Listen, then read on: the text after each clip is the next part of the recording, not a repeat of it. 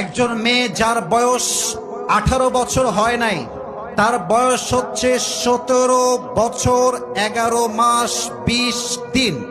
আমার প্রশ্ন সরকারের কাছে, আমার প্রশ্ন রাষ্ট্রের কাছে, আমার প্রশ্ন সমাজের আইনের কাছে, 17 বছর 11 মাস 20 দিনের মেয়েটা মাত্র 10 দিন পরে গিয়ে যখন 18 বছরে পার করে, 18 বছরে পা দেয়, তার এমন কি যোগ্যতা হয়ে যায় যে সে সেদিনই বিয়ে করতে পারবে, তার আগে সে বিয়ে করতে পারবে না? কেন?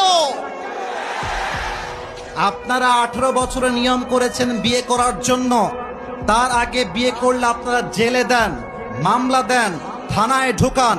আপনারা যান ঢাকার এই সাভারে ফ্যান্টাসি পার্কে, গিয়ে দেখবেন ক্লাস 7 এর মেয়ে, 8 এর মেয়ে প্রেম করে বেড়াচ্ছে আমার যুবক ভাইরা। Oh, you don't have any concern about that. You don't care about that. আপনি তা নিয়ে ভাবতে চান না। আমার যুবকরা চরিত্র রক্ষার জন্য বিয়ে করতে চাইলে আপনার গায়ে বেঁধে যায়, এটা বুঝতে হবে। এটা পশ্চিমা সভ্যতা ছাড়া কিছুই হতে পারে না।